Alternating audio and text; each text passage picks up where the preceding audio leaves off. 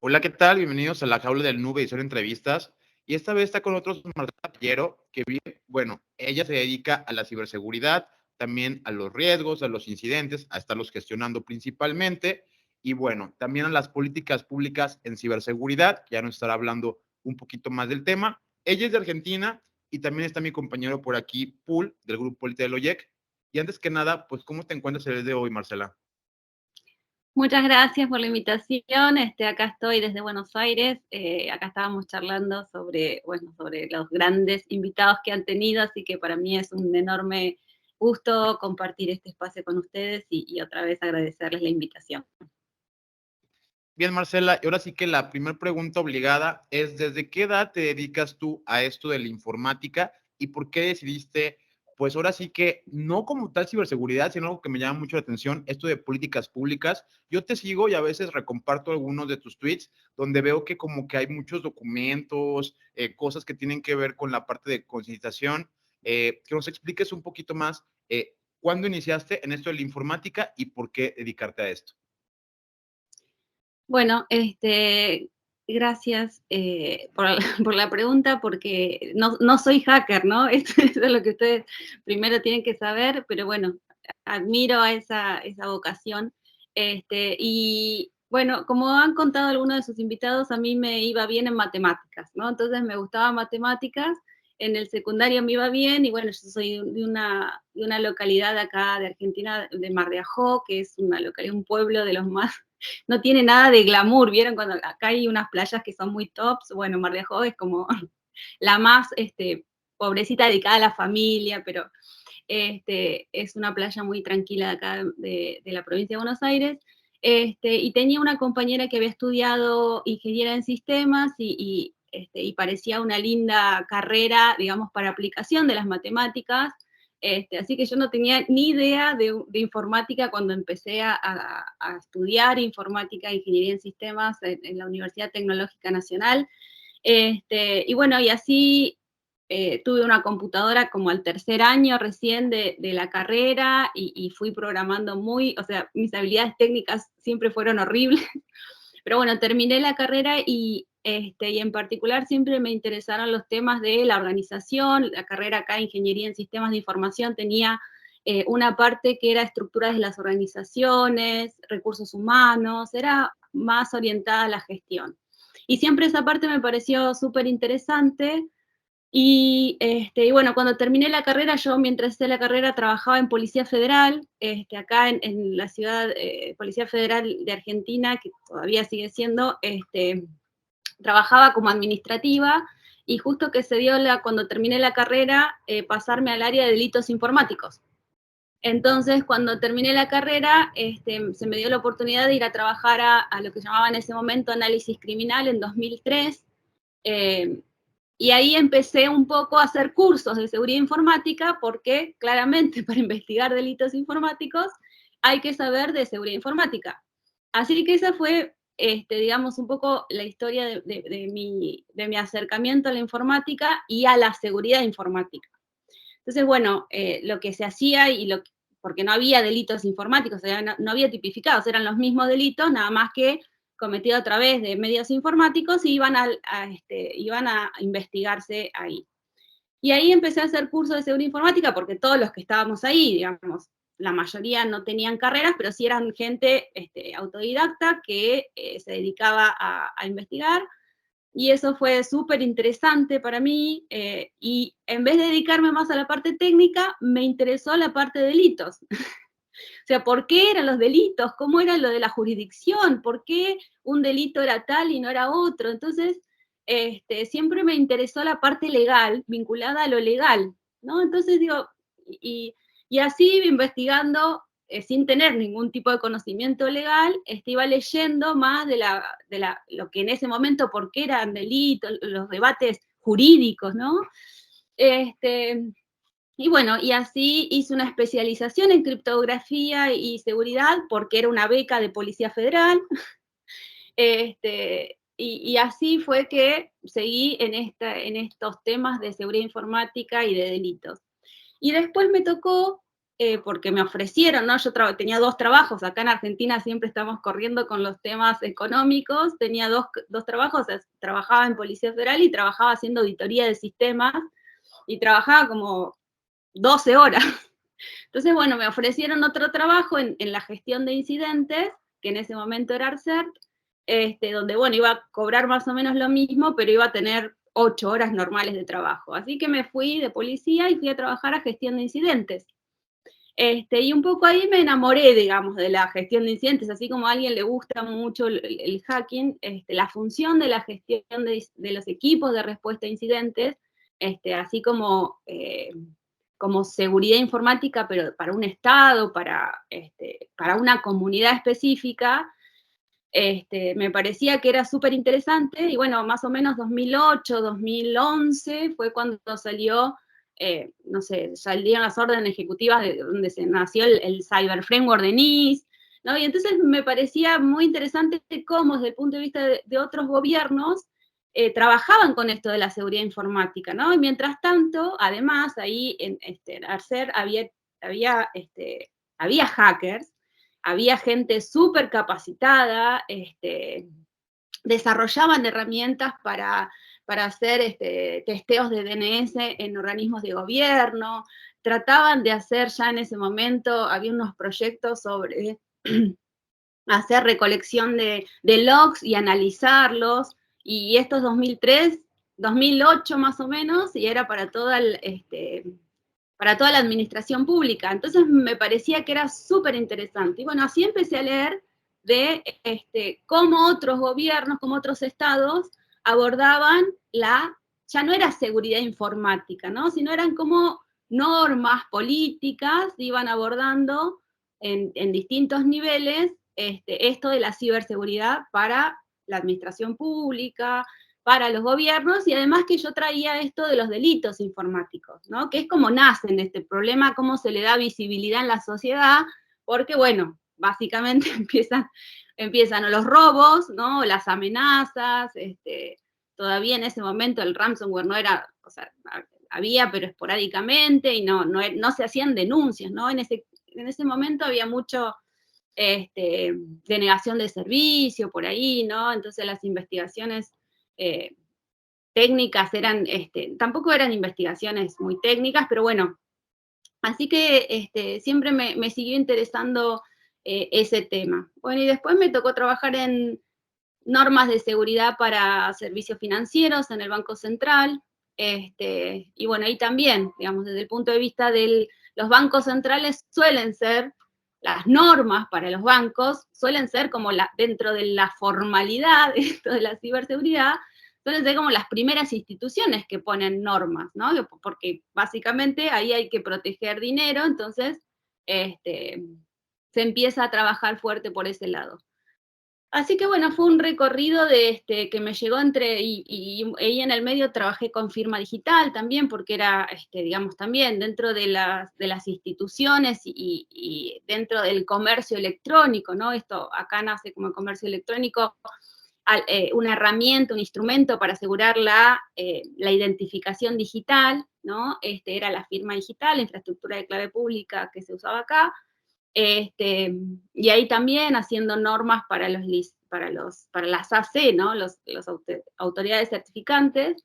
Y bueno, así que me tocó circunstancialmente y un poco porque me gustó personalmente, ir esto hacia de las políticas públicas, ¿no? Entonces, y además yo creo que de base eh, siempre está la comunidad técnica, ¿no? Porque si a esto no opina y no participa la comunidad técnica y los hackers en particular, me parece que se pierde un poco el rumbo. Entonces estoy ahí medio con un pie y un pie, ¿no? O sea, mis habilidades técnicas no son lo que podría destacar, pero bueno, esta parte de cómo formalizan y cómo trabajan las instituciones públicas me parece que es un tema que además en Latinoamérica está súper retrasado, ¿no? Por lo menos acá en Argentina, que es lo que conozco, y voy siguiendo más o menos este, Uruguay, bueno, Chile está más adelantado, Colombia un poco más adelantado, pero bueno, en general tenemos unas grandes diferencias con Europa o con Estados Unidos, ¿no? La verdad que sí, evidentemente, como comentás, imagínate vos más allá de lo que es el desafío que implica, a ver, o sea, formalizarlo, etiquetarlo, de alguna manera direccionarlo para saber esto específicamente que se hizo, de la parte técnica a nivel binario, poder extrapolarlo y meterlo, etiquetarlo de una manera con una normativa, con ley, para que se sancione específicamente eso. ¿Te das cuenta? Joder, eso está jodido, ¿no? Pero esto es lo más importante, porque si te das cuenta, como este mundillo, como dice mi querido amigo de Buxer, es tan grande y para nosotros cada vez es como es una ola de nieve que crece, que crece, que crece, que crece, que crece, pero en este caso no es que termine y se choca, simplemente crece y crece y crece, ¿no? Ahora, yo dentro de ese contexto de lo que es ese proceso, en lo que nos acabas de mencionar, que te agradezco muchísimo por esa intro, dónde crees que vos te has dado cuenta que aquí hay un problema importante? Yo sé que hay altísimo, sé que hay muchísimo, pero ¿cuál es el que te hace más interferencia? Donde vos decís, caramba, esta parte, porque vos estando en Latinoamérica, vos sabés que nosotros aquí en Latinoamérica lo que hacemos de alguna manera es, vemos, ¿no? En otros países cómo se está revalorizando la información, cómo manejan la seguridad de datos, cómo lo manejan en Europa, de hecho, por ejemplo, tienen bastante, se usa la seguridad de protección de datos, etcétera. Por ejemplo, aquí en Bolivia tenemos una, pero vos sabés que nosotros tenemos como un copy-paste y lo vamos acomodando dentro de esta política corrupta, que esa es la palabra correcta. Entonces, y sabemos que ya no me quiero meter a un tema más gubernamental, ni con temas más, un poco más heavy, ¿no? No quiero andar en esa parte, sino vos, como profesional, como una persona que veo esa pasión que tenés, me gustaría escuchar esa parte donde vos crees, no técnicamente, no quiero lo técnico, o sea, yo quisiera que nos hablemos un poquito tu perspectiva. Quiero que vos hagas esto, quiero que vos te salgas del problema, porque vos sos parte de la solución y existe un problema. Y quiero que lo veas así, de frente. Y pensé, como ahí te estás pensando, y diga, mira, ¿sabes qué? De las 10.000 cosas que hay, creo que una de las que más me hace ruido, más interferencia, puede ser esto. Comentando un poco. Y a mí me hace mucho ruido, que es algo que lo podemos discutir, digamos, desde cada uno de nuestros lugares, que se aborde siempre desde el delito, ¿no? O sea, me hace mucho ruido porque cuando esto surge o salen los diarios, ¿no? Los problemas, ransomware, ¿no? Sale o el hackeo, las estafas por WhatsApp, o sea, siempre salen como delito. Entonces, primero que tenemos unos grandes problemas de comunicación con el público en general, ¿no? Porque no se entiende mucho de qué es. Entonces, cuando esto se comunica hacia el público en general como delito, a mí me parece que ahí se pifia, ¿no? Se pifia, ¿por qué? Porque la gente piensa, bueno, ¿a quién hay que meter preso? ¿No? En vez de pensar, digamos, qué es lo que me parece que es el camino, cómo asegurar los sistemas, o sea, cómo proveer al software, al hardware, a las infraestructuras de mejor seguridad, cómo hacer sistemas, exigir una programación segura, cómo exigir controles en las organizaciones, ¿no? Y todo eso es una disciplina nueva, es desconocido para el 90% de la gente de a pie, ¿no? Es una disciplina desconocida. Cuando alguien comunica esto como delito, lo primero que piensa la gente es a quién hay que poner preso. O sea, ¿a dónde? ¿Cómo hace la policía para poner presa a los hackers, ¿no? Porque ese es como lo que transmite no voy a decir todo el periodismo, pero transmitió mucho el periodismo, ¿no?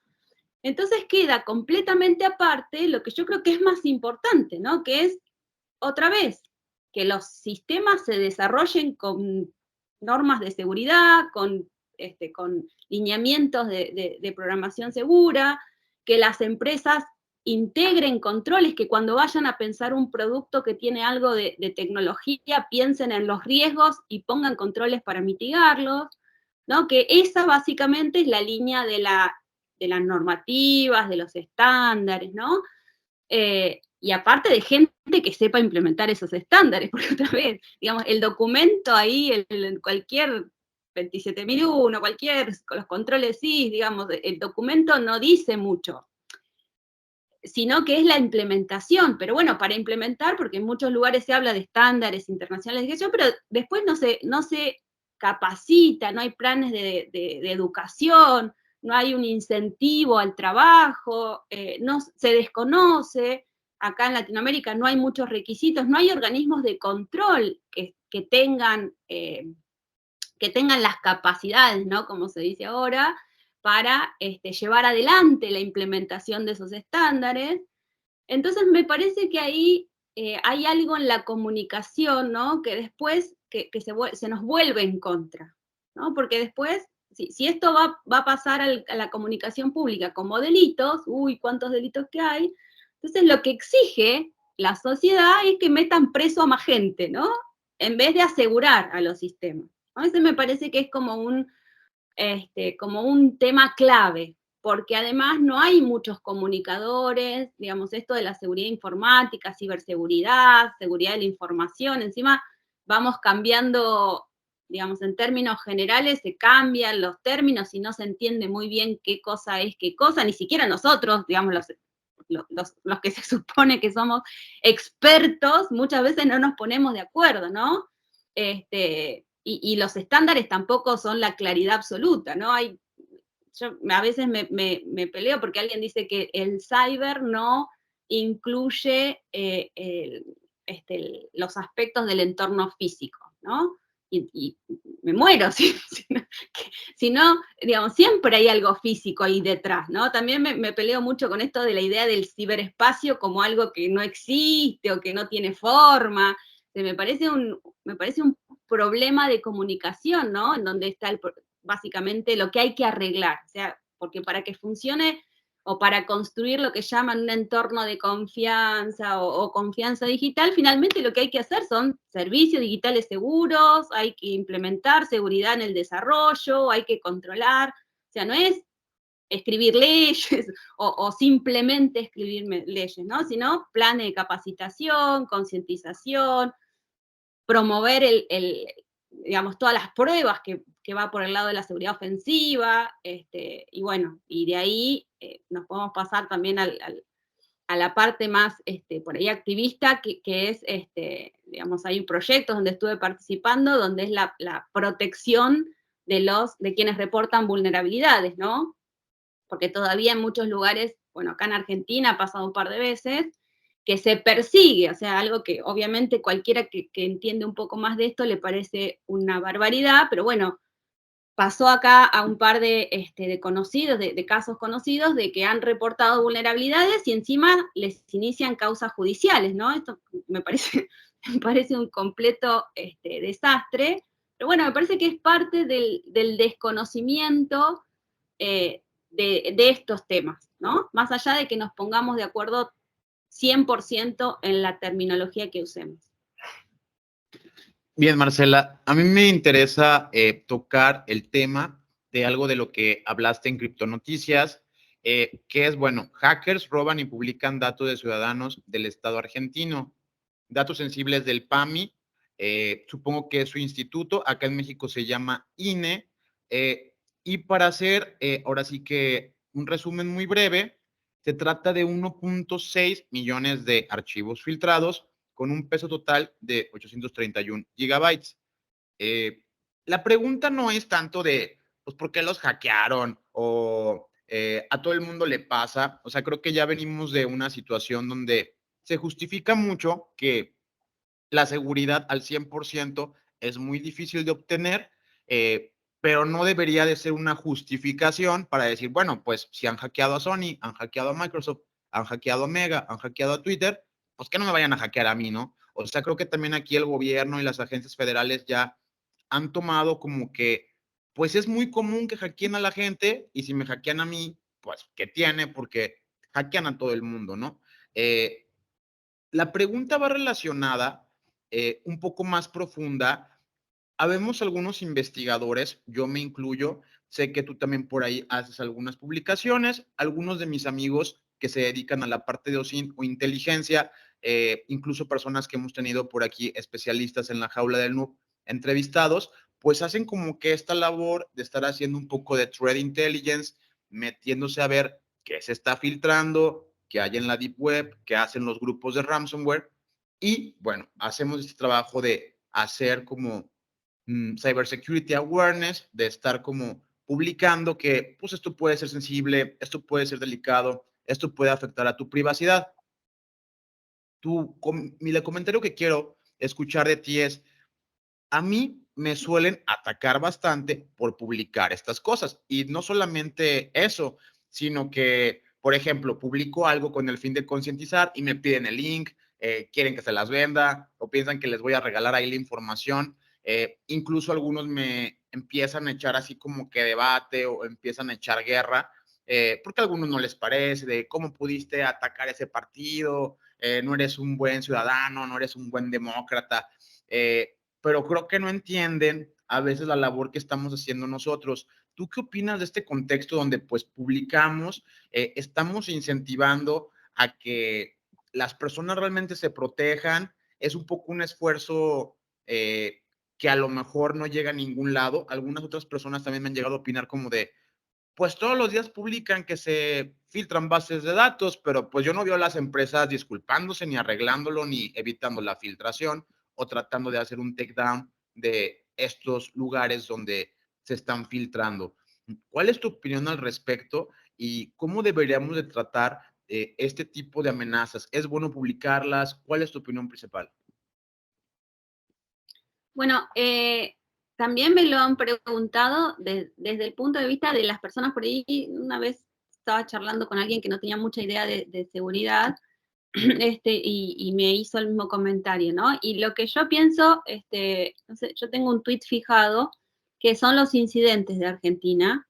Nosotros no tenemos en Argentina no tenemos una normativa que obligue a la comunicación de incidentes, ¿no? Entonces, muchos de esos incidentes, muchos no, creo que todos los incidentes que están ahí fueron publicados porque no les quedó otra, o sea, se supo porque o no pudieron dar servicio, entonces tuvieron que informar por qué no daban servicio, salvo el que es de Globant y Mercado Libre, que creo que son, bueno, ellos están cotizando en la SEC, entonces ahí sí están obligados a dar un informe.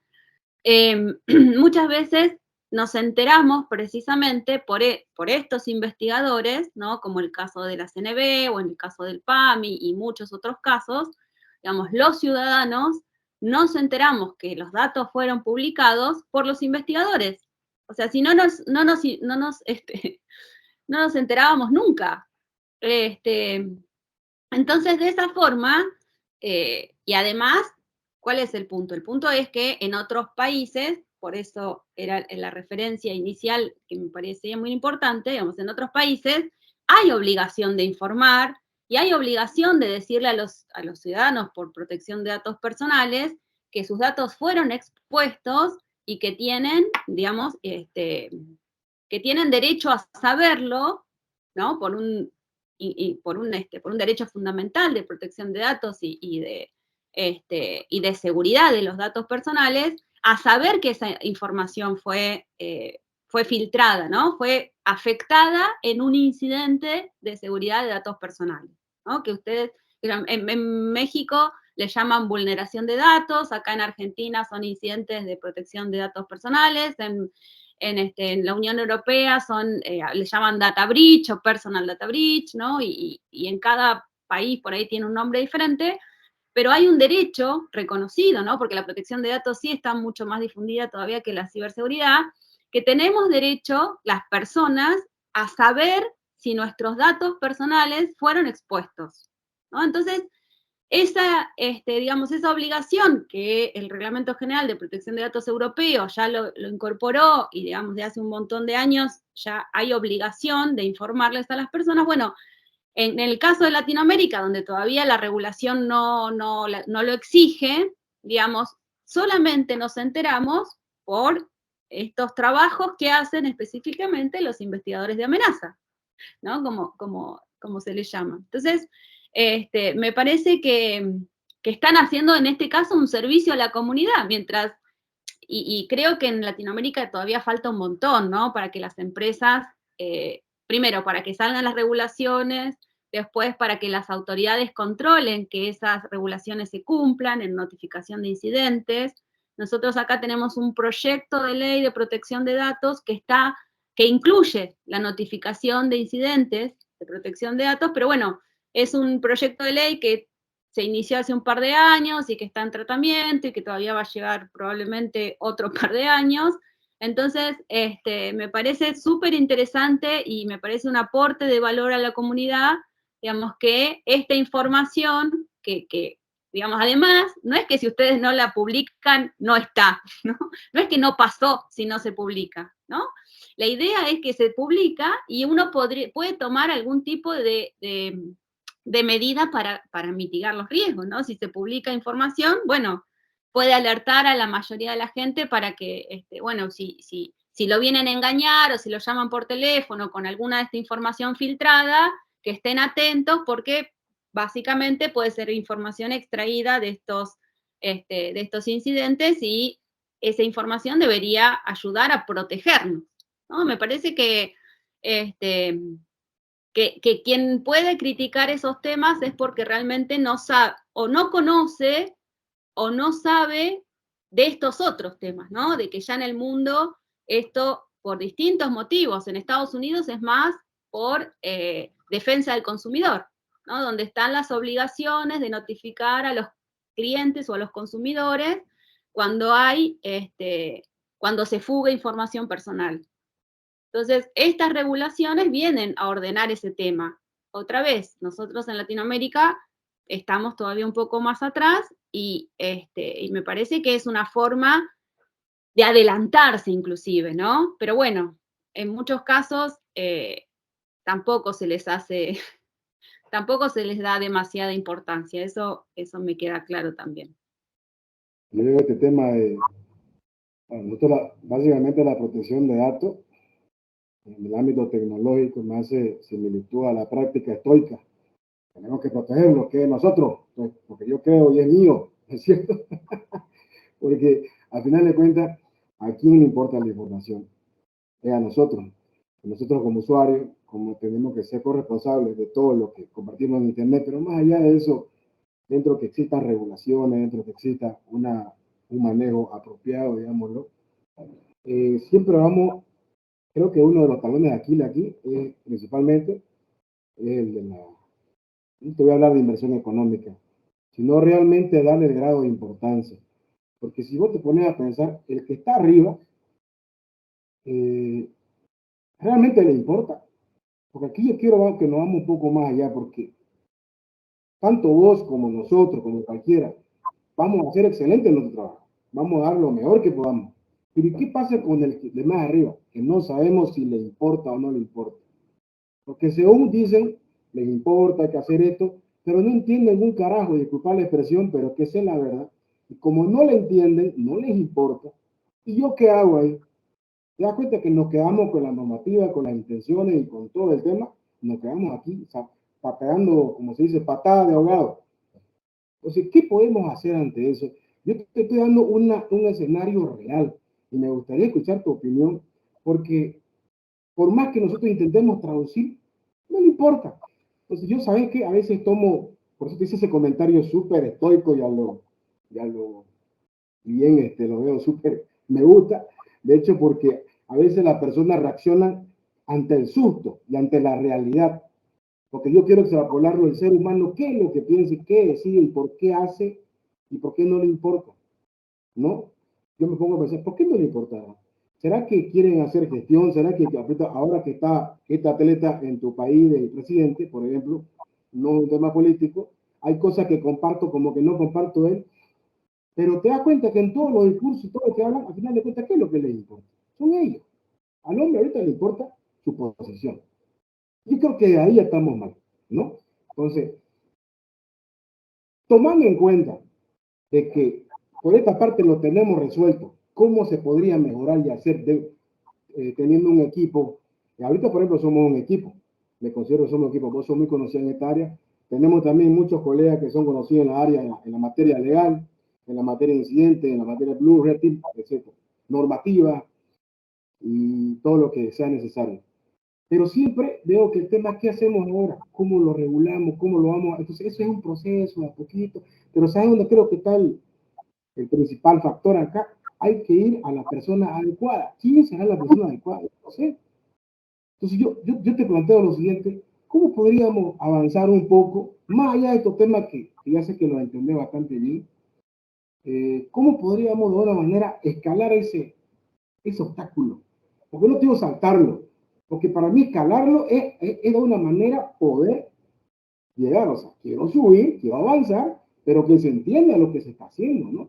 Porque alguien te puede decir, sí, me gusta, me interesa, tu proyecto está espectacular, es buenísimo, pero siempre hay el tema, las decisiones, los de más arriba, los de alto rango, digo yo, porque tienen sus intereses. Yo digo, ¿realmente a la gente le importa nuestra información? ¿Tú crees que en tu país le importa realmente la seguridad de la información o quién hace lo que o un delito comete y a esta persona hay que sancionarla? O sea, seguramente algunas personas sí, pero el que toma la decisión de que se haga o no, no sé. La verdad que eso es un tema bien heavy, ¿no? Pero por eso te digo, digamos, ¿cómo podríamos de alguna manera, vos dame una opinión, no sé, pues, de pronto aquí como una lluvia de ideas, cómo podríamos llegar a esas personas? Porque mira, diciéndole algo bonito, esto que lo otro, no funciona, no funciona. Al final de cuentas, funciona cuando ellos quieren que funcione. Pero si vos le cortás el acceso, no le queda otra que hacerlo, digo yo nomás. Porque a veces el ser humano necesita ese punto de inflexión que te va, te rompe. Si te cortan la luz, yo te pregunto, si te cortan ahorita si nos cortan la luz, no hacemos este podcast, ¿no es cierto? Porque yo creo que aquí dice, vaya, nos cortan la luz del podcast. Porque a mí me cortan la luz, se me mueren los UPS, no tengo servidores, no doy servicio, se acabó el jabón, listo. Me tengo que ir me voy a que me cree que mal ahora y termino mi libro de filosofía, porque no tengo más que hacer, ¿no? Según. Entonces yo creo que tratemos de hackear este tema de una manera más, pensemos, yo digo aquí los invito, pensemos, ¿cómo podríamos de una manera a los de alto rango que no nos entienden y no les interesa y no les importa, que tampoco quiero cortarle la luz, porque con eso ya no estoy motivando hacia la fuerza, que no es así, hay que seguir las reglas y las normas? ¿Cómo podríamos hacer? ¿Qué proponías o qué pensás? No sé. Bueno, en ese sentido también, por eso hay que mirar otros ejemplos, ¿no? O cómo se hace en otros países. A mí me parece que es un tema también es un tema de educación y es un tema de incentivos, ¿no? Como dicen, y de incentivos es, ¿por qué alguien lo va a hacer si da lo mismo, ¿no? Si no hay, ¿por qué alguien va a poner más seguridad a sus productos si a nadie se lo exigen, ¿no? ¿Y por qué? Porque realmente es una inversión y en algún punto termina siendo un tema económico. O sea, incluir seguridad desde el diseño es más caro que no incluirla. Y contratar a personas de seguridad es más caro que no contratarlas. Entonces, por un lado, tiene que haber un tipo de incentivos y en ese sistema, digamos, cuando hablo de incentivos es sanciones cuando no se cumplan, ¿no? Pero para eso hay que tener unos requisitos o una normativa, un sistema, ¿no? Un sistema que imponga requisitos, controles y sanciones cuando esos controles no se cumplan. Controles, digo, sanciones económicas. O sea, no vamos a mandar preso a nadie por ahora, más allá de que, de que nos gustaría a veces, pero bueno, en principio, multas, ¿no? Y otra vez, por eso digo, a mí me parece que ese es el camino y no el de perseguir delincuentes, porque aparte, si ustedes ven, por ejemplo, lo que pasa en España, no mueve la aguja, ¿no? Primero porque la gente no hace denuncias, y después de las denuncias, las investigaciones, ustedes saben que son tremendamente complejas, más allá de que algunas llegan a buen puerto, obviamente, tanto en Estados Unidos como en Europa llegan a buen puerto, pero son súper complejas. Se necesita un montón de recursos, muchísimos más, que para proteger. A mí me parece que hay que ir otra vez, por la regulación de requisitos de seguridad, ¿no? Pero otra vez, cuando vos preguntabas por las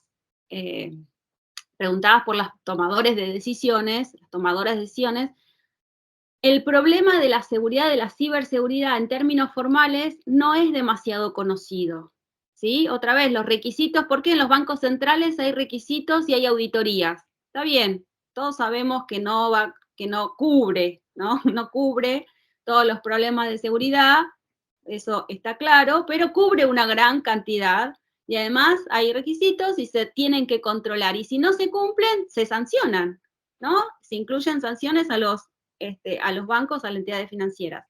Entonces, lo que pasa es que recién estamos en darnos cuenta como sociedad que, claro, que como la plata es importante, entonces ahí sí hay requisitos y controles, pero no sobre los datos personales. Digamos, por lo menos acá en Argentina, los requisitos de seguridad para la protección de datos personales no tienen ni de cerca la misma importancia que tienen con el dinero. Entonces, primero no hay una real conciencia y tampoco hay inversión, digamos, ¿inversión en qué? Inversión en poner gente a que haga normas claras y que ponga información a disposición, porque otra vez, la gente que trabaja en seguridad no hay tanta cantidad como para que pueda ser un recurso disponible. Hoy los recursos de seguridad informática acá tal vez no estén para todas las organizaciones, ¿no? Entonces, bueno, hay que generar más educación.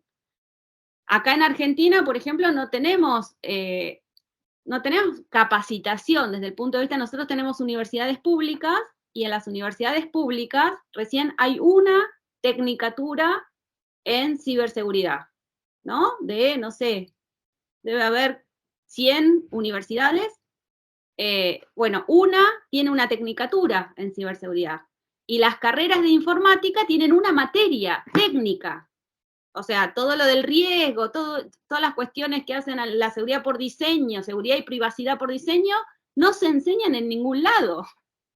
O sea, entonces, para que esto tenga institucionalidad, o sea, que sea conocido por todos y que sea promovido por la sociedad, o sea, o por una gran cantidad de personas, todavía esto es muy verde, para decirlo, está muy inmaduro, ¿no? Los que estamos en seguridad sabemos de las vulnerabilidades de todos los días, de todos los sistemas, de todo el software, del hardware, todo el tiempo hay vulnerabilidades y hay venta de vulnerabilidades, digamos, todo lo que podemos conocer, más o menos, ¿no? Pero es un grupito realmente pequeño dentro del resto de la sociedad, ¿no? Y encima la mayoría autodidactas, o sea, los hackers por propia iniciativa y trabajando directamente con el software y el hardware, y en mi caso leyendo normas de otros países porque a mí me interesa. Pero no es que yo fui a estudiar esto, ni que se puede estudiar esto.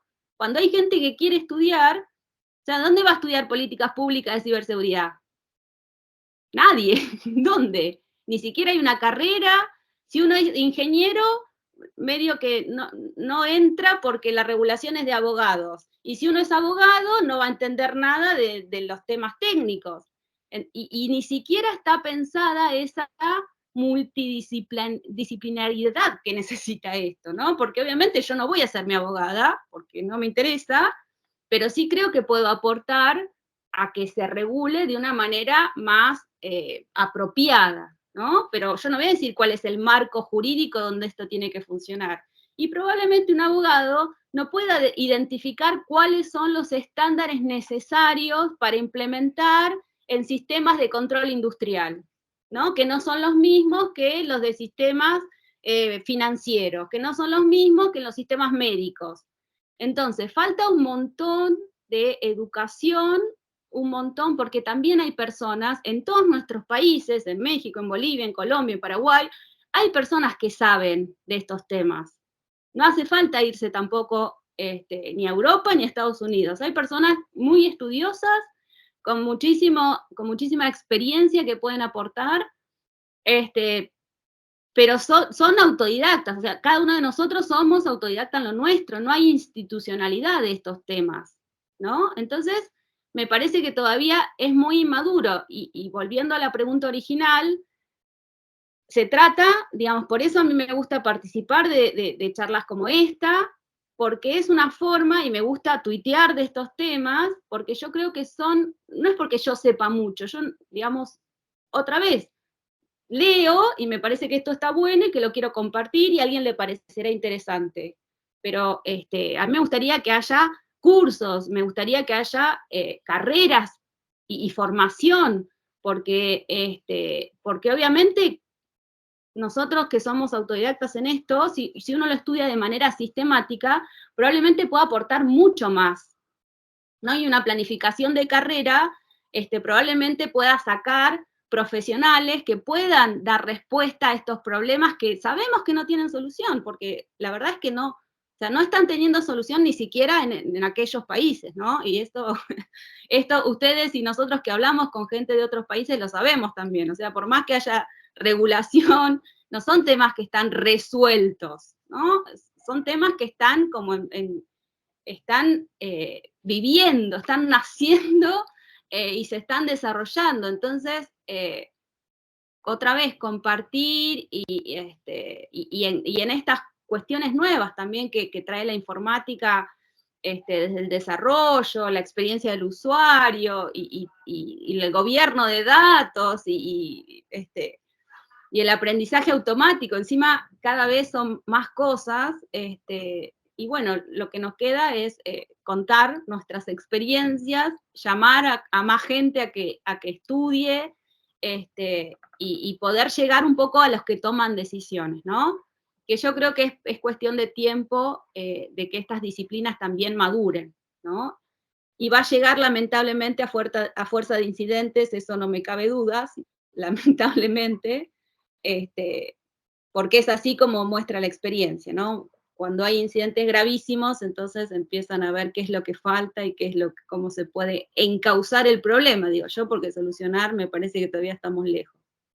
Bueno, mi pregunta aquí es, ya que esto está en el área de delitos informáticos, me imagino que hay de saber que lo que tiene que ver en el sentido de las empresas y los gobiernos, porque casi no incentivan sobre lo que pasa en el mundo de la ciberseguridad. Casi, si vemos todos los días, hay hackeos más aquí en el área de Latinoamérica que en cualquier otro lugar y no vemos que las empresas o los gobiernos incentiven que tengamos que cuidar nuestra información o que usar cierto tipo de cosas arriesgan nuestra integridad, ¿no? En el área de la informática. Y es algo que yo he notado que casi no se toma conciencia a medida de lo que pasa en el mundo de la ciberseguridad. Es como, tiene razón, es un tema que apenas va empezando aquí en Latinoamérica, pero yo sí tengo como curiosidad a su punto de vista, ya que tiene más conocimiento y experiencia.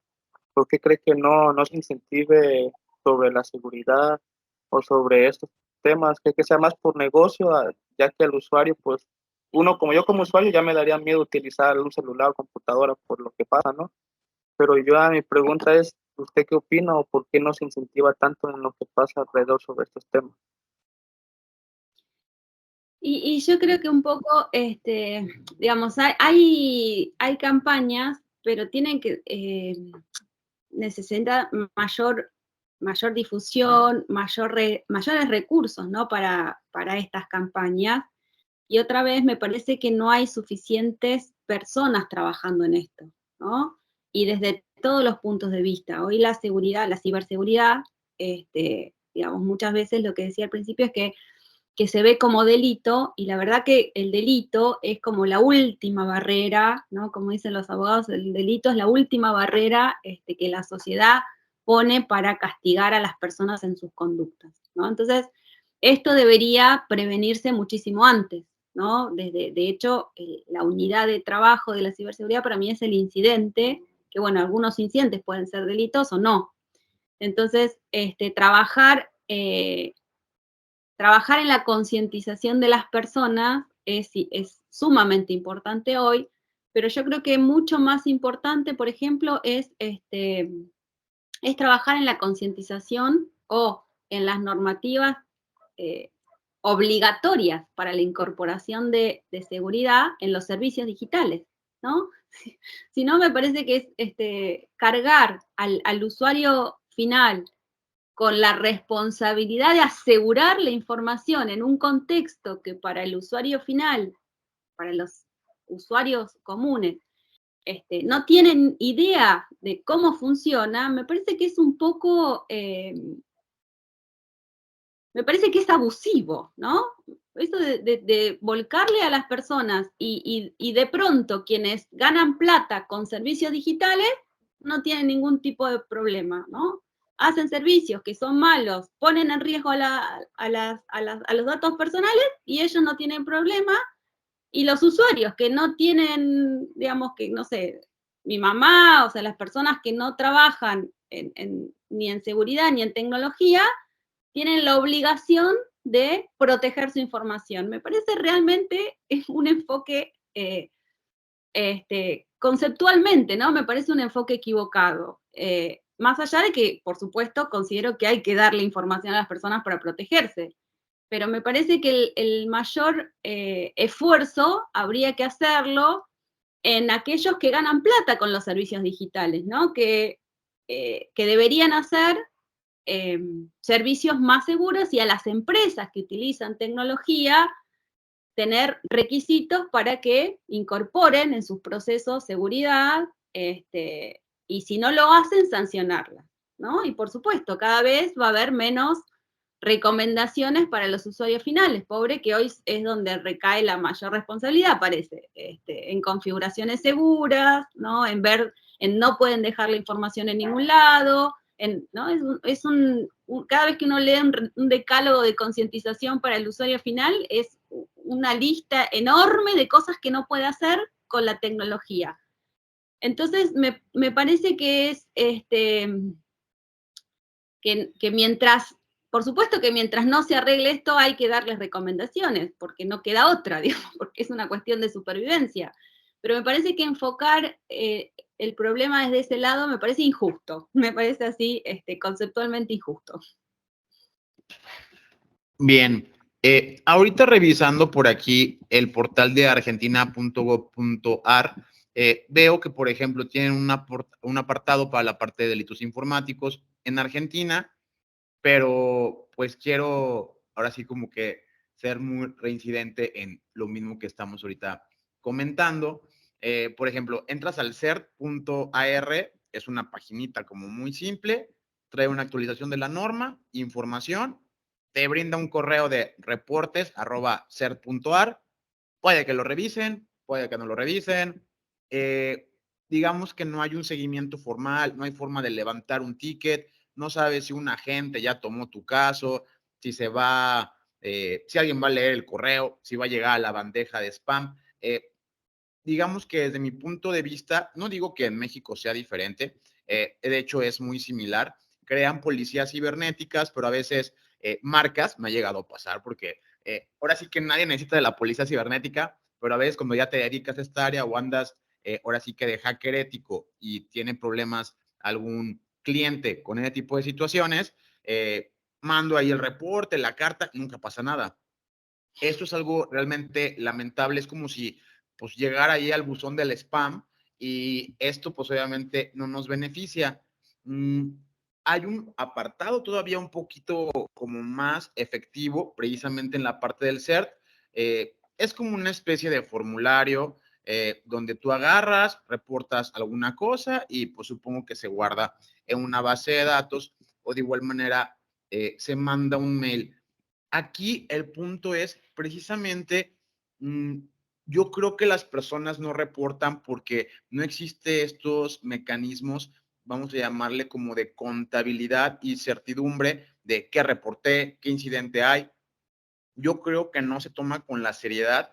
Sé que está el CERT precisamente, que debería estar al 100% encargado de esto y de hecho canalizar con algunos otros CERTs. Sé que entre sí, algunos CERTs sí hay alianzas, pero a lo mejor algunos CERTs que no se caen bien, pues no tienen esas alianzas. ¿Cuál es tu opinión al respecto con respecto a la parte de reportar los incidentes? ¿Qué comentario o cómo se podría mejorar esto independientemente del gobierno de Argentina, de muchos países en Latinoamérica, creo que es exactamente lo mismo. Portales, vean nuestro Telegram, mándanos un tweet, mándanos un Facebook. Perdón que lo diga, pero eso quizá lo puedo dejar para alguien que es influencer o alguien que no tiene una responsabilidad, vamos a llamarle social, o una responsabilidad real, porque sabemos que hay funcionarios públicos encargados de esto. Entonces, ¿no será una forma como de, pues, no hacer nada? O sea, o realmente si algunos incidentes se cubren, solamente si el incidente es muy grave se le tome en cuenta. ¿Qué opinas de los portales que sirven para reportar los incidentes informáticos? A mí me parece que deberían ser mucho más proactivos y brindar mucha más información, ¿no? Esto es una opinión personal y además desde el punto de vista de conocer lo que deberían hacer los CERT. Hay muchos problemas en principio con la transparencia y después con los recursos asignados, ¿no? ¿Cuántas personas trabajan en un CER y qué hace cada uno? Debería ser información pública, ¿no? Y esto que decías, ¿cuántos tickets se recibieron en el día? ¿Cuánto tiempo lleva atender un ticket? Y además responder a cada uno de los tickets para que quien reporta sepa qué atención se le brindó, ¿no?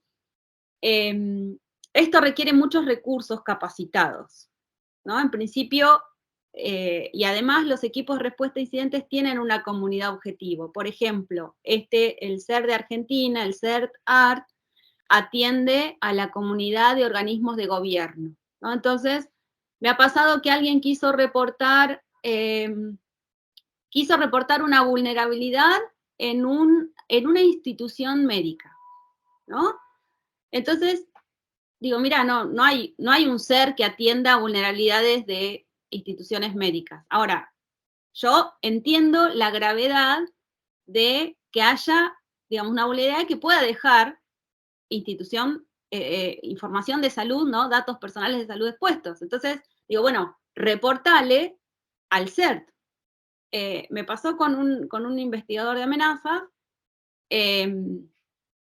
y como yo conozco a la gente, le pedí que atendiera el reporte. Me dijeron en un momento que no habían recibido el reporte. Después, como no atienden a privados, digamos, no atienden instituciones privadas, tampoco tienen mandato, ¿no? Si el CERT llama a la institución privada de salud para decirle que tiene que solucionar una vulnerabilidad, o sea, puede decir, sí, yo la voy a solucionar, y no le hacen caso. Por eso quiero decir, las normativas son importantes, porque las instituciones tienen que tener responsabilidad, obligación y autoridad también. Porque, digamos, si alguien tiene que recibir un reporte de una vulnerabilidad o un incidente y tiene que hacer que se solucione o que se atienda la vulnerabilidad y que el incidente se gestione, ¿no? Entonces, si una organización, si un CERT no tiene esa autoridad legal, tampoco puede hacer nada. Yo entiendo que hay funcionarios con mucha vocación pública, ¿no? Y hacen mucho más de lo que les da las normas, y hay funcionarios que dicen, no, a mí la norma no me permite porque, ¿no? Y entonces se quedan en su centímetro cuadrado, o porque no tienen gente, o porque no tienen herramientas, ¿no? Siempre puede haber excusas.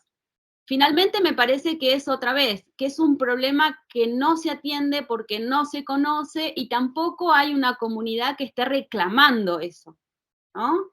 Yo conozco acá a Cristian Borghelo, que lo conozco desde que trabajaba hace 20 años, y él muchas veces ha reportado y no le han contestado, ¿no? Y llegó un momento donde dice, no les reporto más, o sea, porque uno reporta, y no es por esta gestión, sino ha sido en otras gestiones, ¿no?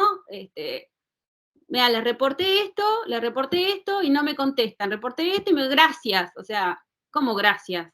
O sea, te estoy ayudando, porque reportar un incidente es contribuir con la ciberseguridad, ¿no? Entonces, pero bueno, eso me parece que la falta de reclamo hacia esa función es por desconocimiento, porque si uno tiene una comisaría y no hacen nada, bueno, la gente va y dice, el comisario no hace nada, voy y no me atiende. Sabe lo que tiene que hacer una comisaría, y entonces va y le reclama, hay instrumentos, la gente va, se junta en la puerta de la comisaría, le empiezan a, ¿no? Acá en Argentina, por lo menos, llega un momento donde pasa eso, cuando hay muchos delitos. En cambio, yo creo que los equipos de respuesta a incidentes los conozco yo y 3 más que trabajan porque ni siquiera la comunidad de seguridad informática completa conoce lo que hacen los equipos de respuesta a incidentes. Es un conocimiento, otra vez, muy chiquitito, y entonces es como que, bueno, en algunos casos hacen mucho, en otros casos no tanto, en unos casos, digamos, el ser de Chile, en los últimos tiempos, se volvió mucho más visible. Me acuerdo que hicieron el informe sobre, digamos, este informe técnico sobre el incidente de IFX Network, cuando antes era realmente muy raro, digamos, acá nunca hicieron un análisis de un malware y lo hicieron público y dijeron, este fue el malware que afectó a esta institución y acá ponemos a disposición el análisis técnico. Para mí es como muchos pasos adelante, porque eso deberían hacerlo todos los CERT, poner información y compartir amenazas y recibir y ser proactivos. Pero bueno, otra vez, y obviamente que siempre se le puede reclamar cosas, pero me parece que una instancia básica de que alguien, o que conteste, mira, no te puedo ayudar porque, o sea, mínimamente, porque así da herramientas a la comunidad, por lo menos que quiere participar, de cuál es la situación, ¿no? Me parece que otra vez hay mucha falta de conocimiento desde la comunidad y también del resto de las instituciones de gobierno, ¿no? Porque, digamos, una vez que se conoce que alguien los puede asistir ante un incidente, por supuesto que van y le golpean la puerta a todos, pero si hay 2 personas, y bueno, va a ser una denegación de servicio eso, porque van a poder atender muy poquitos incidentes. Y además que tienen que trabajar, hay un montón de complicaciones, porque bueno, la función pública es en horario de oficina, y si el SER no está apropiadamente dotado de recursos, digamos, los incidentes no pasan en horario de oficina. Entonces ya, digamos, toda la administración pública tiene que entender, o los equipos de respuesta a incidentes tienen que estar preparados para responder 7x24.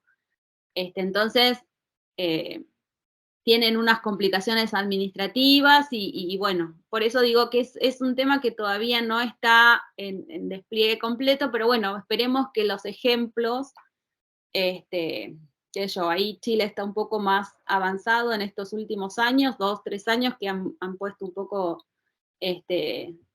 han invertido, ¿no? Porque otra vez es plata, ¿no? Es darle importancia, y una parte de darle importancia a eso es dotar de personas capacitadas, dotarlos de autoridad, ¿no? Para decir, bueno, si yo atiendo una vulnerabilidad, tengo que poder aplicar una sanción cuando no me dan bolilla, sino que no tiene sentido que va alguien del SER. Yo me acuerdo cuando he reportado muchas veces vulnerabilidades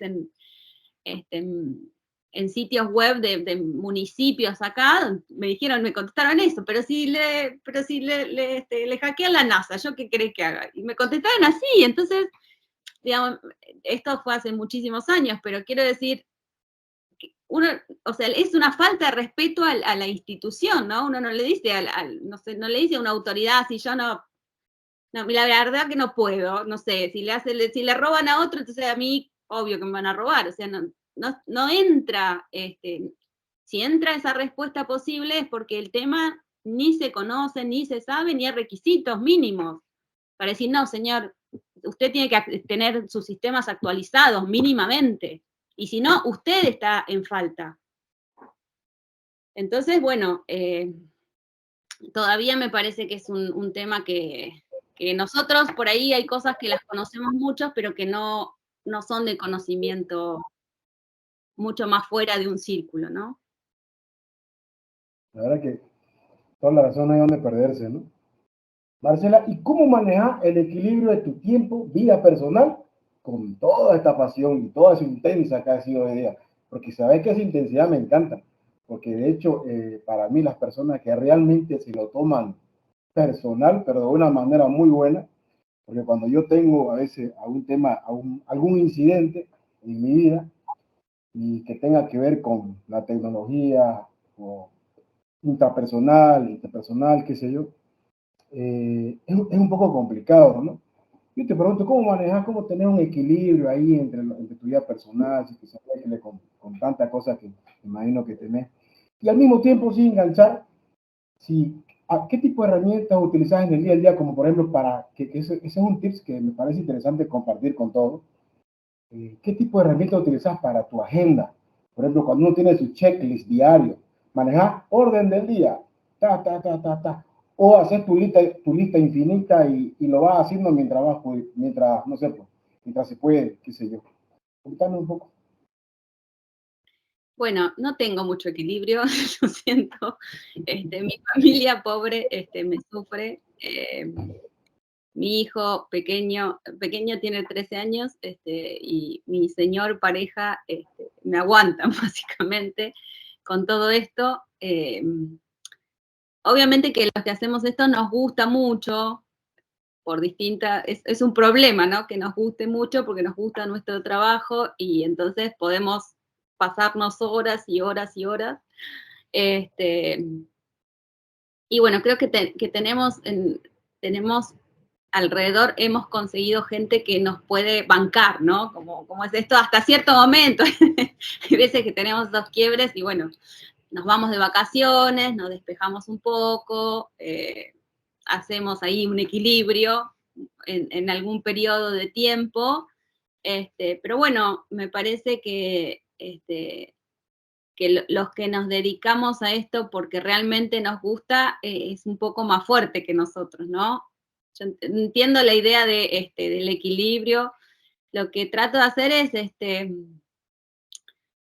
bueno, ahora he equilibrado con algo de ejercicio físico, ¿no? Porque también está esto de estar sentado todo el tiempo y ya el tiempo que pasa después nos cobra, nos cobra, nos los cobra, ¿no? Entonces, bueno, hace poco empecé ahí a hacer un poco de ejercicio físico, simplemente porque, bueno, el tiempo pasa y quiero mantener el cuerpo, que es lo que nos permite hacer del resto de las cosas. Este, pero bueno, tenemos acá algunas actividades distribuidas y nos respetamos en eso y bueno, nos respetamos también en esta, me respetan bastante en esta pasión que tengo yo. Y respecto a la cantidad de cosas que tengo que hacer, sí, en realidad tengo una agenda sencilla de papel, porque lo he puesto en un montón de aplicaciones y la verdad es que como tengo perfiles distintos y distintas cuentas para manejar distintos temas, distintas aplicaciones para manejar distintos proyectos, entonces en algún momento me pierdo. Así que para las cosas que sí o sí tengo deadline y sé que no me tengo que olvidar, tengo una agenda física de papel para ir para anotar las cosas que no me tengo que Oye, olvidar. excelente, pero ¿sabes qué? Gracias, entre paréntesis, gracias. Se tenía que decir y se dijo. No hay mejor opción que la old school. Yo me he manejado, no tenía ideas cuántas, por eso te lo pregunté personalmente, porque cada vez miro, escroleo y digo, carajo, ¿cuál uso? ¿Cuál? A la old school nomás. Yo agarro mi pizarra, listo. No me funciona y todos los días tengo que verlo, porque si no lo veo no me entero. De pronto esa aplicación, no sé, el celular, X, Y, Z, pero la pizarra que está ahí y que voy a escribir todos los días es la mejor opción, es como el papelito y demás, ¿sí o no? Gracias. Ahora, mira, con lo que me acaba de decir, me quitaste un peso de encima. Ya no me interesan esas aplicaciones. Gracias. Te lo juro. Y sí, porque más de una vez me pasó tenerlo en un perfil y realmente me olvidaba el otro perfil y los perfiles y las computadoras diferentes, entonces digo, bueno, entonces vamos con digamos, las cosas que hay que hacer y que no hay que olvidarse, van ahí y cuando me tengo que chequear qué es lo que tengo que hacer y no olvidarme, voy ahí. Así que bueno, la vamos llevando, ¿no? Ese fue mi gran miedo, no olvidarme un curso, no me olvidarme. Igual me pasó, eso por no anotarlo en la agenda física, un día me avisaron que no estaba ahí presente, y bueno, puede pasar también, que me retrasé unos minutos, pero lo tenía en mente por ahí. Así que bueno, sí, es complicado llevar todos, estamos en muchos proyectos, muchas cosas y a veces puede pasar. Mi pregunta es, ¿qué fue lo que a ti te motivó para adentrarte en el mundo de la ciberseguridad? Y también lo que te siguió por querer seguir aprendiendo, porque miré que tienes muchos reconocimientos en diferentes áreas, y eso es lo que a mí me llamó la atención. ¿Cómo le hiciste para darte tiempo para todo eso? También qué era lo que hacías, ¿no? Para poder mantenerte con tal concentración. Eso es algo que a mí me gustaría saber. Bueno, a mí ahora ya no, pero me gusta estudiar, digamos, me gusta aprender, ¿no? Me gusta conocer cosas.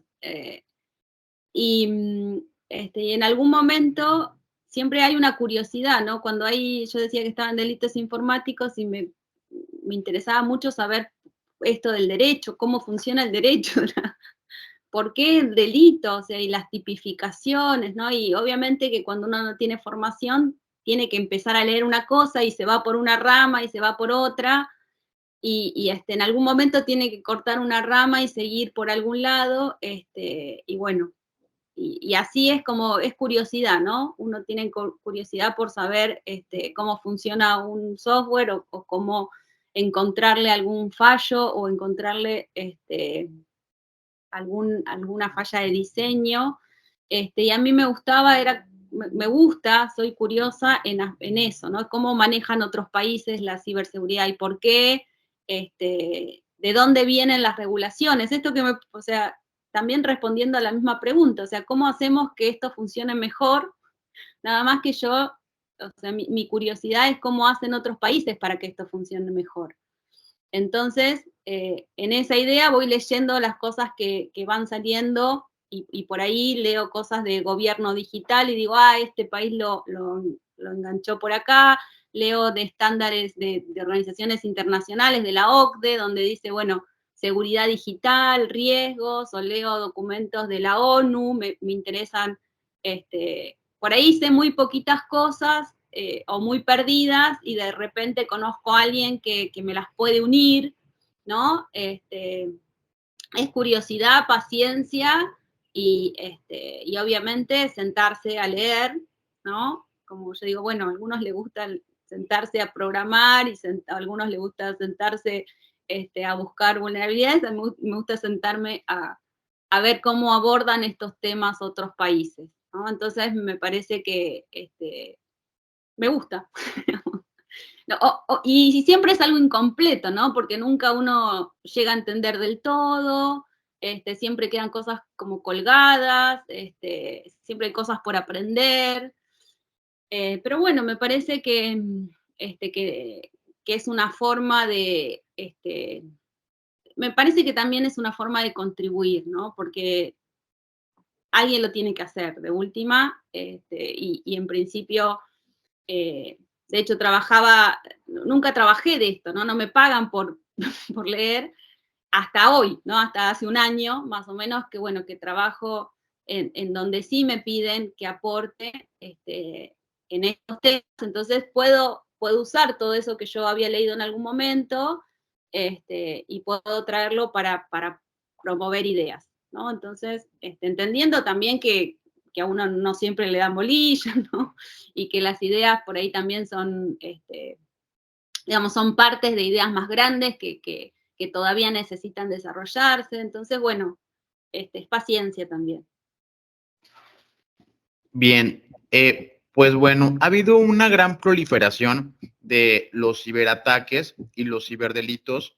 Leyendo una de las notas que precisamente habla de Argentina, dice que pues en el último año hubo un incremento aproximadamente del 700%. Esto simplemente quiero escuchar tus comentarios.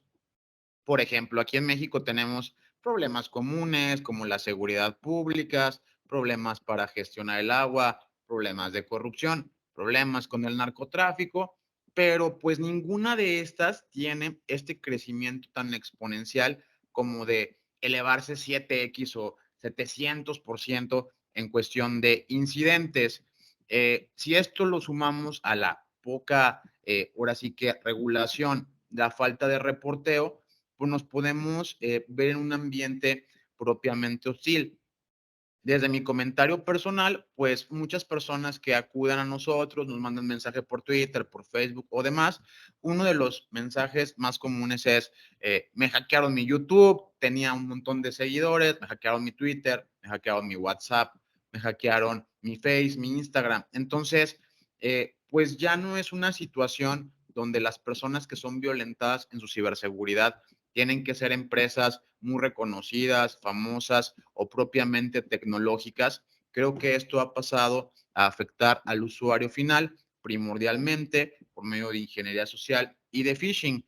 Pero aquí, pues quiero escuchar un poco tus comentarios de, pues, ¿qué va a pasar? O sea, me refiero a, ya vemos que no hacen mucho, a lo mejor en 3 años más, esto se va a elevar 1800%, 3000% en la cuestión de los incidentes. ¿Cuál es el escenario que tú ves hacia futuro, ya sea ahora sí que benéfico o algo, pues ahora propiamente pues caótico o desastroso? ¿Cómo verías, por ejemplo, a Latinoamérica en la cuestión de los ciberdelitos y ciberataques en aproximadamente unos 5 años? Que no ayudas para que sea algo positivo. La verdad es que no lo veo bien, bueno, no les voy a mentir, nosotros encima estamos, o sea, venimos de una crisis económica y vamos hacia una crisis peor, digamos. Digo en lo inmediato, ¿no? Si todo sale bien, porque, digamos, lo deseo porque lo deseo para mi país, ¿no? Estos temas no, uno esperaría que, digamos, los equipos de respuesta a incidentes dan contención a una comunidad, pero bueno, como decía antes, son todavía muy desconocidos. La idea es que desde los estados se promuevan, ¿no? Se promueva la atención y la orientación hacia el usuario final con recomendaciones y también, que eso a mí me parece súper interesante, la iniciativa de INCIBE, ¿no? El Instituto Nacional de Ciberseguridad Español, ellos tienen el 017, ¿no? Tienen una línea de atención para que la gente reporte y haya alguien que les ayude, los atienda cuando tienen este tipo de inconvenientes, ¿no? Entonces, obviamente es un montón de recursos que hay que poner a disposición, sitios de internet, personas para atender. Por ahí la inteligencia artificial nos ayuda en esto, ¿no? Vamos a poner la parte buena de las inteligencias artificiales y podría contribuir a dar algún tipo de contención, pero bueno, en principio, acá en Latinoamérica debería reconocerse el problema, ¿no? Que decís vos que hay que dar una contención y no el mero reporte no el mero reporte o la mera denuncia del delito, ¿no? Porque lo que hay hoy es pedir a las personas que vayan y denuncien el delito, ¿no? Sino alguien que los ayude a recuperar sus cuentas, recuperar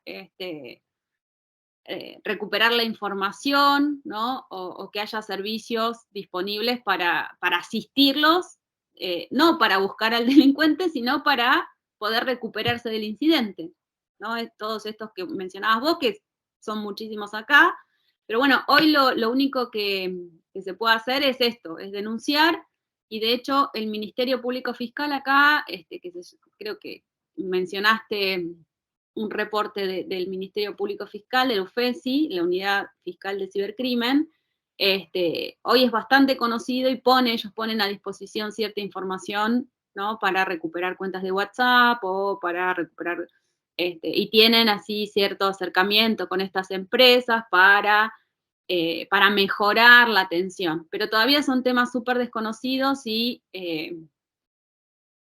todavía no hay suficiente difusión, ¿no? Difusión como campañas públicas, ¿no? Me parece que esto tiene que tener el nivel como en algún momento, por lo menos acá, tuvo la adopción de los cinturones de seguridad, ¿no? En Argentina en un momento nadie usaba cinturón de seguridad, digamos, la gente moría en accidentes bastante tontos o en baja velocidad, hasta que realmente se hizo una campaña y además se pusieron multas al que no llevaba cinturón de seguridad, ¿no? Una campaña fuerte de distribución de información, o sea, por qué hay que usarlo, cómo hay que usarlo. Bueno, me parece que en este sentido también, ¿no?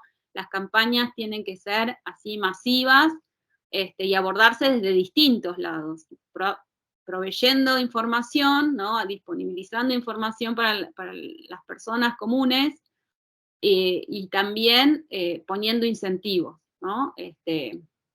Para que se cumplan para que se les dé información ante incidentes. Pero yo creo que en lo inmediato, digamos, en los próximos 2, 3 años, esto va a seguir empeorando, y bueno, y después habrá que ver si los estados realmente empiezan a incorporar esta función, ¿no? De la ciberseguridad como una función realmente relevante, ¿no? Todavía están los equipos de incidente, como equipos técnicos, que no se conocen mucho, que no se les exige mucho por lo mismo, ¿no? Porque son desconocidos, no se les da capacidades,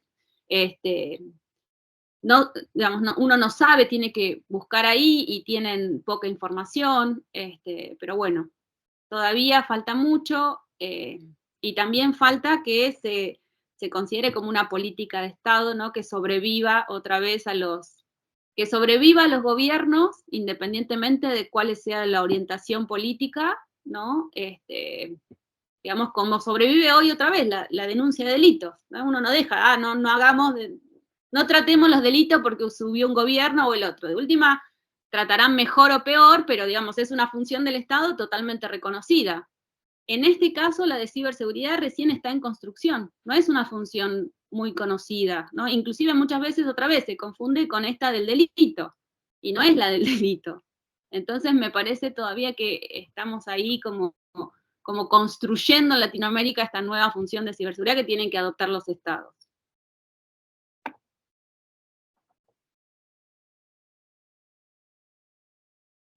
Bien, Pool. Correcto. No, la verdad que ha sido súper lucrativo. Mira, cada vez que andamos un poco más, sí se me viene una variabilidad de preguntas, tanto en materia legal, porque la verdad que me gustaría saber bastante esa área. Mira lo que te iba a comentar. Mi mamá es formada en Derecho y justamente tengo un colega con el que conversamos bastante, un gran amigo, que también es formado en Derecho, y justamente tomamos el tema de ciberdelito, cómo se maneja aquí en Bolivia y demás, pero hay mucha tela que cortar ahí, ¿no? Y como lo acabas de mencionar, aquí es simple, hay que formarse, hay que educarse, hay que entenderlo, ¿no? Y sobre todo también entender las bases, porque no podemos entender por acá y ni siquiera sabemos gatear, por decirlo así de una manera como para el 5. Entonces, yo creo que todo se resume en eso, ¿no? Y ahí ya podemos seguir ahondando, porque entendiendo el ser humano por qué hace lo que hace, también vamos a entender cómo nosotros podemos protegerlo, porque al final de cuentas son binarios, son sistemas que son manipulados por alguien más. Ni siquiera te has dado cuenta que te hemos tocado el tema de la inteligencia artificial, porque no aplica. Porque si bien la inteligencia artificial nos puede ayudar en cierto, porque es una herramienta, ¿no? Tanto en la materia legal, porque puede saber de delitos, de leyes y demás, y sancionar. Y como lo dijiste al comienzo, cuando te hice una pregunta un poco tosca, fue porque honestamente quería ver ese quiebre de tu parte para que me digas lo que sí siento que sos, porque yo me parece genial, porque esa pasión que tenés va acompañado con mucho conocimiento y con, ¿sabes? Sobre todo con qué, con tu intención. Porque la única intención que veo de tu parte es querer ayudar, es querer solucionarlo. Y entre paréntesis, dijiste que no soy un hacker. Eso me parece el mayor hacker, porque un hacker es no alguien que rompe, es alguien que arregla, hay alguien que busca una solución, le busca la vuelta para que esto funcione y se pueda hacer, ¿no? ¿Y cómo lo estás haciendo? Educándote con conocimiento, educándonos a nosotros. Este podcast es para eso, para que llegue a todo el mundo, porque al final de cuentas, en materia legal, en materia técnico, ingeniería, etcétera, o no sé, pues no, porque aquí también utilizamos termos biológicos, hablamos de neurología, hablamos de muchas cosas, de neurociencia, pero ¿qué pasa? Si no nos educamos y no entendemos, no podemos hacer nada. Y querramos, y seamos o no educados, lo único que termina de educar al ser humano, como vos lo dijiste, es la sanción.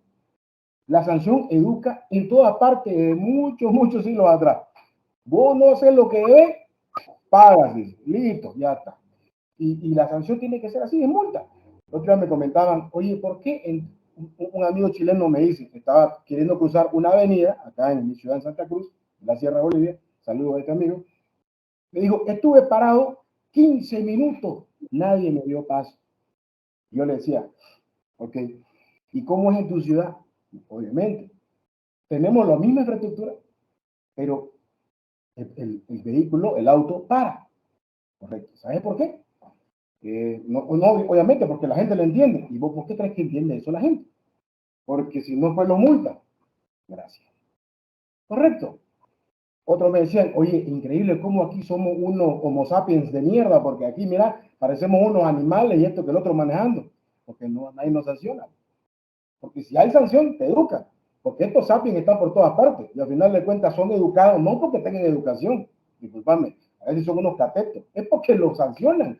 El tipo entiende de que si hace algo mal, hay que sancionarlo. Y entonces para mí la raíz de todo es regularizarle eso, que ayudarlo a que tome forma, ¿no? De una manera lo va a hacer. De una manera se va a hacer, se tiene que hacer. Y nuevamente agradecerte por compartir con nosotros tu conocimiento. La verdad que eso es, pareciera algo normal, decir, no, gracias por lo que nos decís. No, esto es de valor, porque vos estás dándonos tu tiempo y el tiempo que nosotros también invertimos acá.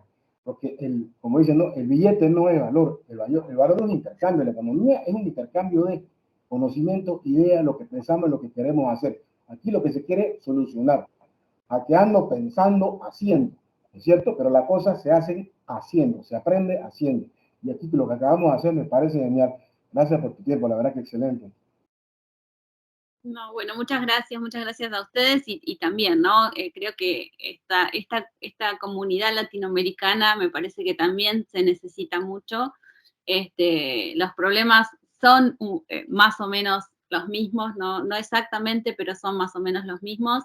Y creo que el camino, digamos, el camino que sigue un país vecino nos va a ayudar mucho más también que seguir exactamente modelos más lejanos, ¿no? Entonces, bueno, hay que ayudarnos entre todos y bueno, y también aprender de las experiencias y de los conocimientos de los otros. Así que muchas gracias por este espacio. Bueno, yo aquí tengo otra pregunta. Tú ya en base a tu conocimiento y todo lo que ya has pasado, me imagino que ya tienes ideas de cómo poder llegar a una solución en base a lo que pasa relacionado a la ciberseguridad.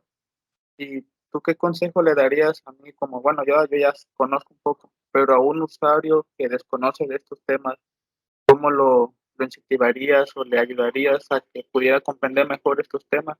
Y más que nada que no se lo tome todo a la ligera, ya que pues me imagino que todos aquí conocemos a alguien que ha caído, pues no sé, en un anuncio raro o así, ¿no? De que te van a regalar un celular si haces esto, o te vamos a regalar un carro. Y yo pienso que en ese aspecto aún no hemos como de que en el internet nada es gratis, siempre hay como algo a cambio, ¿no? Tu información o algo, ¿no?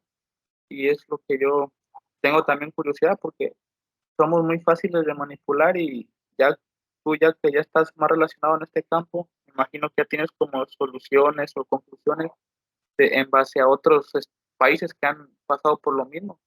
Imagino que ya te das una idea de cómo puede ya funcionar estos patrones, ya que como sociedad repetimos patrones de diferentes, como todas repetimos ya lo que ha pasado, pero ya en mi punto de vista, ¿cómo podrías a mí como usuario poder guiarme o decirme sobre estos temas? Y a mí me parece que digamos que hoy YouTube es una plataforma súper accesible y amigable para buscar información, ¿no? Inclusive, digamos, siempre ver la reputación o lo que dicen otras personas, ¿no? De los comunicadores, me parece que es orientador para buscar información desde todo punto de vista. No hay que caer en el primer, en el primer link. Esto es, digamos, para cuando uno busca cualquier tipo de información, esto puede ser engañoso. Entonces, bueno, otra vez me parece que hay que ser curioso, hay que buscar y lamentablemente hay que desconfiar un poco, ¿no? Eso significa que uno no tiene que creer todo desde un principio y que tiene que buscar información que pueda contrastar, ¿no? Para ver, y bueno, y siempre hay referentes que la comunidad respeta, entonces ahí con esos referentes uno tiene cierta guía. Me parece que tiene que buscar información e instruirse. Lamentablemente esto, digamos, todos necesitamos tiempo para aprender cosas, ¿no? Algunas cosas nos van a llevar más tiempo, eso es cierto, pero la información está, y eso es buenísimo. En esta época la información está, y está muchas veces disponible, o sea, no hace falta pagar cursos carísimos, por lo menos para iniciarse casi en cualquier disciplina, ¿no? Y después, bueno, si quiere conseguir alguna certificación o título, eso ya será otra cosa, pero bueno, el conocimiento está muchas veces ahí, y bueno, uno tiene que sentarse y leer o sentarse y escuchar, ¿no? Pero bueno, y contrastar y buscar y desconfiar un poco, pero toda la información está disponible. Bien, ya para, ahora sí que mi penúltima pregunta, sé que por aquí está la OEA, ha creado una secretaría ejecutiva del Comité Interamericano contra el Terrorismo, se llama SICTE, y bueno, brinda asistencia política y técnica a miembros obviamente de la OEA a través de diferentes programas en su plan de trabajo, pero uno de los puntos importantes es la ciberseguridad, control fronterizo, prevención de armas de destrucción masivas, extremismo violento. Algo que me llama mucho la atención es precisamente esta inclusión de la ciberseguridad como uno de los ejes centrales que podrían llegar a derivar pues en extremismo violento, destrucción masiva, financiamiento del terrorismo. Creo que hoy en día no dimensionamos todo lo que pasa por Internet y como la apertura que la globalización ha dado para ahora sí que intercambiar recursos, sí positivos, intercambiar información en beneficio de la ciberseguridad, pero también aquellos que se encargan de pues sabotear, hacer terrorismo y demás, pues ahora tienen esta arma muy poderosa que se llama Internet. Ahora si la unamos a que algunos son hackers, pero obviamente más hacia el lado del black hat, o ya ni siquiera hackers, ya totalmente, ahora sí que orientados y inspirados por la parte económica para seguir haciendo delitos. La pregunta sería en cuestión del ciberterrorismo. ¿Qué opinas al respecto? ¿Crees que se esté haciendo algún esfuerzo en Latinoamérica o pues no sé, a lo mejor esto solamente va a pasar en Israel, este tipo de actos solamente le va a pasar a Estados Unidos? ¿Cuál sería nuestro contraste global para entender pues, las amenazas que el ciberterrorismo podría llegar a representar si es que siguen creciendo estos grupos criminales? En términos de, bueno, la OEA ubica a la ciberseguridad en el contexto de terrorismo, ¿no? En CICTE, y ellos tratan, inclusive tienen toda una línea de trabajo para reforzar infraestructuras o para infraestructuras críticas, infraestructuras de los equipos de respuesta a incidentes, mujeres en ciber, ¿no? Y todo lo hacen debajo del programa de ciberseguridad del Comité CICTE de Terrorismo. Digamos, eso por un lado, porque yo entiendo que, digamos, como el problema, eso tiene que ver mucho con la hipótesis de conflicto de cada uno de nuestros países. Y bueno, y claramente Estados Unidos ahí con el terrorismo tiene serios problemas y los ha tenido siempre, y sus esfuerzos en detectar y contener al terrorismo, bueno, son conocidos, y de hecho muchas veces ahí meten un poco de todo. Pero bueno, eso por un lado. Y después, en el contexto de nuestros países, en el contexto, para mí es importante hacer estas distinciones, ¿no? Una cosa es la defensa, por ejemplo, otra es la inteligencia y otra es la ciberseguridad. ¿Por qué? Porque ahí, desde el punto de vista de los estados, digamos, cuando uno está haciendo inteligencia o está actuando contra el terrorismo, los estados tienen ciertas facultades, ¿no?, que no tienen por ahí para investigar delitos comunes o para, digamos, una hipótesis de terrorismo, ¿no? De hecho, otra vez, ahí hay leyes que habilitan a los estados a hacer determinadas acciones en un contexto y no en otro. Digamos, uno no, digamos, en Argentina, por ejemplo, en el contexto de una investigación de un delito común, no pueden hacer no pueden hacer cierto espionaje, ¿no? En cambio, cuando están investigando hipótesis de terrorismo, la regulación, la legislación los habilita a hacer cierto tipo de inteligencia.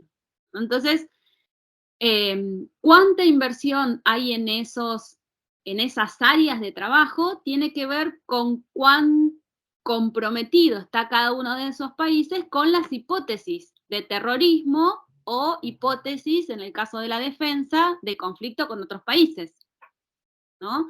Y ahí hay que hacer un equilibrio, porque ahí están en juego los derechos fundamentales, y en esto no lo hablamos en toda nuestra charla, pero otro de los temas que a mí me parecen muy importantes es que cuando uno habla de ciberseguridad o de seguridad informática, en términos más concretos, también está el tema de la privacidad, ¿no? De que no solo que otras personas nos enteren de lo que nosotros no queremos, sino plataformas y países, ¿no? En particular, otras, digamos. Entonces, la ciberseguridad tiene todas estas herramientas para proteger, no solo de delitos, sino también de que no nos manden publicidad que no queremos, de que no nos espíen en nuestras actividades que no queremos, que son más privadas desde el punto de vista personal, no de protección de datos como ley, sino como protección de un derecho humano. Y ahí me parece que muchas veces también en estos desconocimientos,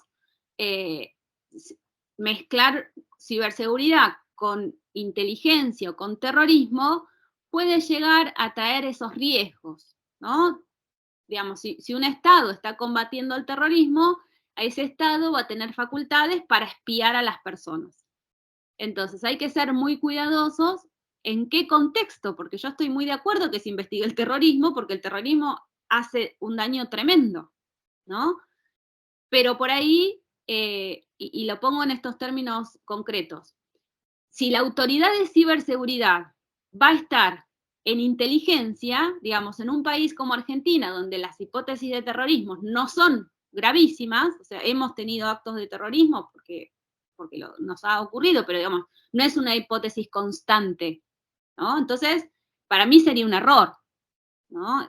Eso, obviamente que estoy hablando de Argentina porque es lo que conozco, pero cada uno de los países sabe, digamos, si tiene hipótesis, primero de conflictos, para poner la autoridad de ciberseguridad en defensa, o de conflicto con otros países, o tener una autoridad de ciberseguridad en el ámbito de la inteligencia, donde ahí hay que tener mucho cuidado con qué se habilita al Estado a hacer, ¿no? Digo esto independientemente de los gobiernos que tengamos cada uno de nosotros en nuestros países. Las protecciones de la investigación penal son una cosa, la autoridad de ciberseguridad debería estar para asistir en la investigación cuando corresponda de los delitos y también para brindar herramientas de privacidad técnica a las personas, ¿no? O, digamos, si uno sospecha que alguien lo está espiando, bueno, también ese es un problema de privacidad, es un problema de ciberseguridad, donde por ahí en esta asistencia que estábamos hablando hace un ratito podría ser útil, ¿no? Mira, yo sospecho que me están espiando en mi celular. Entonces, ¿qué hago yo? ¿Qué hace hoy? Bueno, llama a un investigador forense por ahí para que analice un celular. Pero, digamos, en un contexto normal uno podría llamar a una autoridad de ciberseguridad y también tener este tipo de asistencias, ¿no? No estoy hablando si es gratuito o no, pero hoy ni siquiera es es pensado, ¿no? Entonces ahí, digamos, se juegan otros problemas, ¿no? De los países y la organización de los estados y las autorizaciones que tienen los organismos públicos al trabajar en esos temas. Me parece que todos nuestros países deberían tener recursos para que la gente de inteligencia, cuando llegue el momento y si tienen una hipótesis de terrorismo, tengan las herramientas que necesitan, ¿no? Y que sean controlados también. Porque, digamos, ahí donde empezamos con Pegasus y empezamos digo Pegasus porque todo el mundo lo conoce y sabe, pero así como hay Pegasus debe haber 38 software que son más o menos, hacen lo mismo. Entonces, la idea es que hay que tener cuidado porque bajo las investigaciones de terrorismo, por ahí se hacen otras actividades. Y bueno, y lo mismo más o menos con defensa. Y bien, para nuestra última pregunta, pues ahora sí que cuando no estás estudiando y viendo qué pasa en la ciberseguridad en el mundo, ¿qué disfrutas de hacer como hobbies o pasatiempos? Ay, yo soy media vaga, pero me gusta mucho viajar. O sea, me cuesta arrancar, pero después lo disfruto mucho. Disfruto mucho cualquier tipo de paisaje. Por supuesto que disfruto más los que están alejados de las ciudades y en particular las playas me gustan mucho, pero por ahí un campo vacío también me gusta, un atardecer me gusta. Soy medio vaga para arrancar, pero después disfruto mucho la playa de Mar de Ajó, que digamos no es, no es un paraíso, también me gusta mucho. Tomar mates con mi mamá, esas cosas me gustan, me las disfruto. Y bueno, en algún momento leía, me acuerdo que lo disfrutaba mucho, lamentablemente me cuesta un montón volver, pero creo que la lectura también nos saca y nos lleva a cualquier otro lugar, ¿no? Eso es maravilloso. Pero bueno.